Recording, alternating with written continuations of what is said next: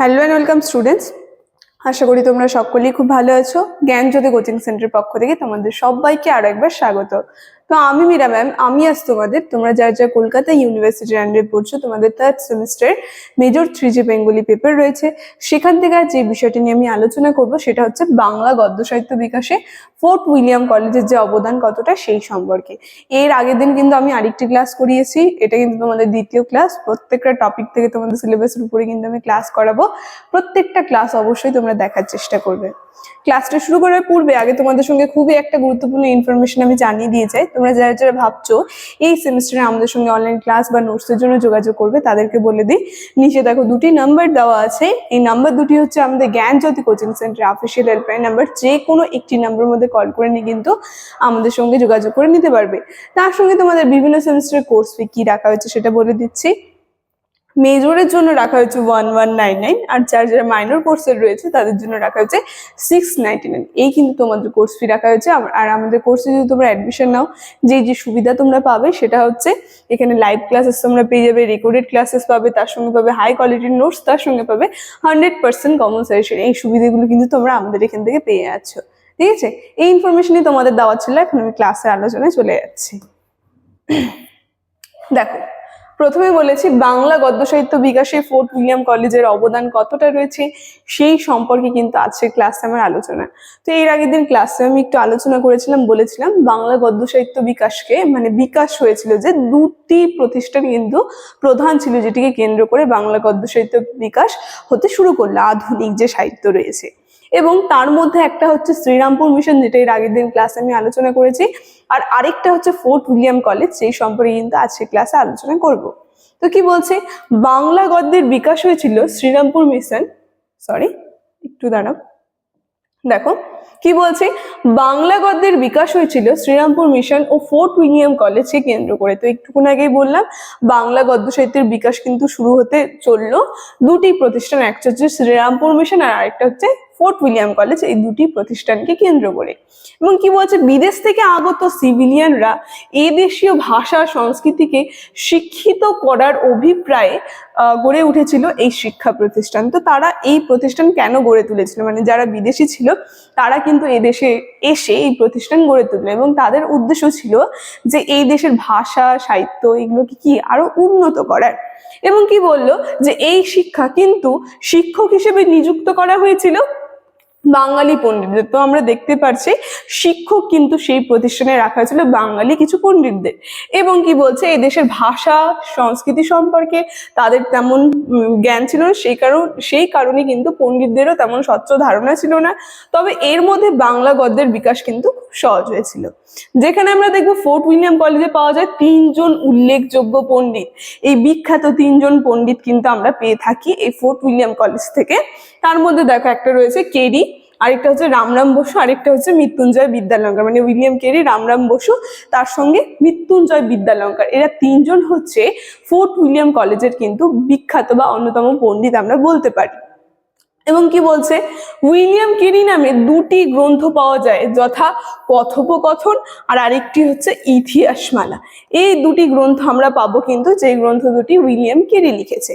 এবং তারপরে দেখো বলছে যে কথোপকথন গ্রন্থ সংলাপের ঢঙে লিখেছিল। এই যে 3জন উল্লেখযোগ্য পণ্ডিত রয়েছে এদের সম্পর্কে বলছে, সেখানে কথোপকথন গ্রন্থ যে লিখেছে উইলিয়াম কেরি সেটা সংলাপের ঢঙে লেখা ছিল এবং গ্রাম্য জীবনের বিবিধ বিষয় নিয়ে অবতীর্ণ কিন্তু হয়েছিল। কেরি সাহেব যেমন স্ত্রীলোকের কথোপকথন, তার সঙ্গে ভোজনের কথা, হাটের বিষয়, জমিদারের রায়ত, বাংলা গদ্যকে মানুষের সঙ্গে যোগাযোগ ও যুক্তির বাহন হিসেবে গ্রন্থটি কিন্তু তাৎপর্যপূর্ণ। অন্যদিকে দেখবো আমরা কেরির যে ইতিহাসমালা যে রয়েছে, এই গ্রন্থ কি রয়েছে, প্রাচ্য পাশ্চাত্যের যে নানা অনুবাদকমূলক যে গ্রন্থ রয়েছে, গল্প রয়েছে, সেই গল্প কিন্তু এই গ্রন্থের মধ্যে স্থান পায়। তবে সবই আমরা দেখবো সহজ সরল ভাষায় কিন্তু লেখা ছিল। আসলে কেরি মানুষের গল্পের ভাষা আয়ত্ত করে দিতে চেয়েছিল, মানুষকে সেই যে তিনি লিখছেন সেটা যাতে সাধারণ মানুষ আয়ত্ত করতে পারে, সেটাই কিন্তু তার প্রধান উদ্দেশ্য ছিল। ঠিক আছে, দেখো তারপর কি বলছে, দেখো, তারপরে আমরা দেখে নিই রামরাম বসু। তো একটুক্ষণ আগে বললাম ফোর্ট উইলিয়াম কলেজের 3জন বিখ্যাত পণ্ডিতের নাম। এর আগে আমি উইলিয়াম কেরি সম্পর্কে আলোচনা করেছি, এখন রামরাম বসু সম্পর্কে আমরা একটু জেনে নিই।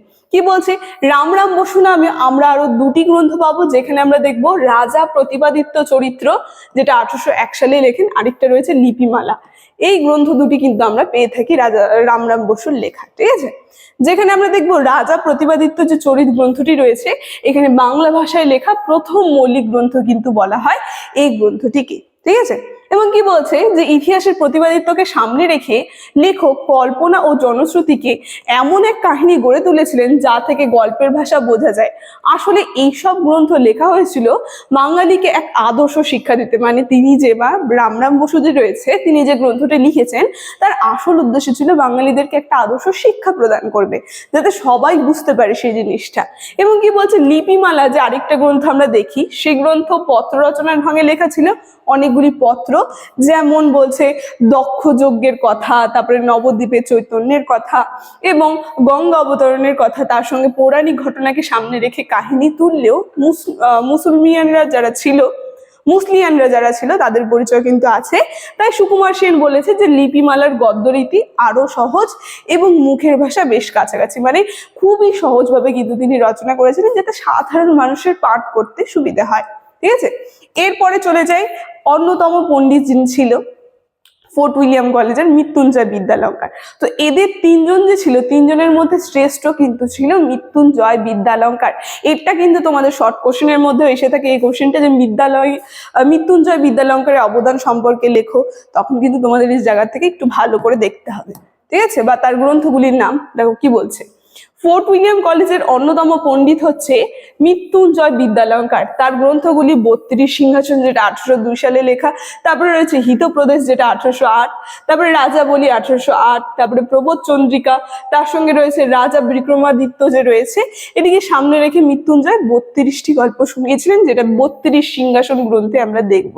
ঠিক আছে, এই সমস্ত বিখ্যাত গ্রন্থগুলি কিন্তু লিখেছিলেন মৃত্যুঞ্জয় বিদ্যালঙ্কার। এবং কি বলছে, তবে গদ্যের সরসতা সহজেই লক্ষ্য করা যায়, যেখানে আমরা দেখব অতীত ও সেকালের ইতিহাসকে সামনে রেখে লেখক গড়ে তুলেছিলেন রাজাবলী যে গ্রন্থ রয়েছে এই গ্রন্থটিকে। এবং কি বলছে, সজনীকান্ত দাস এই গ্রন্থ সম্পর্কে লিখেছেন যে বাংলা ভাষায় ভারতবর্ষের সর্বপ্রথম ধারাবাহিক ইতিহাস, তাতে সন্দেহ নেই। মানে বাংলা ভাষায় সর্বপ্রথম ধারাবাহিক যে ইতিহাস ছিল এই গ্রন্থটা, এটাতে কিন্তু সন্দেহ নেই। মানে প্রত্যেকটা গ্রন্থ সম্পর্কে আমি তোমাদেরকে অল্প অল্প করে আর কি সংক্ষিপ্ত ধারণা দিয়ে দিচ্ছি।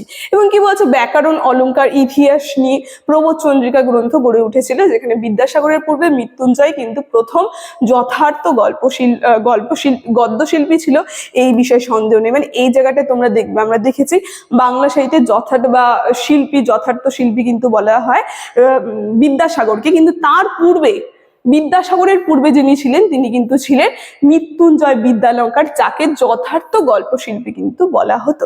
ঠিক আছে, এবং কি পরে কি বলছে দেখো, যে সাহিত্যের বাংলা গদ্য হাঁটতে শুরু করেছিল।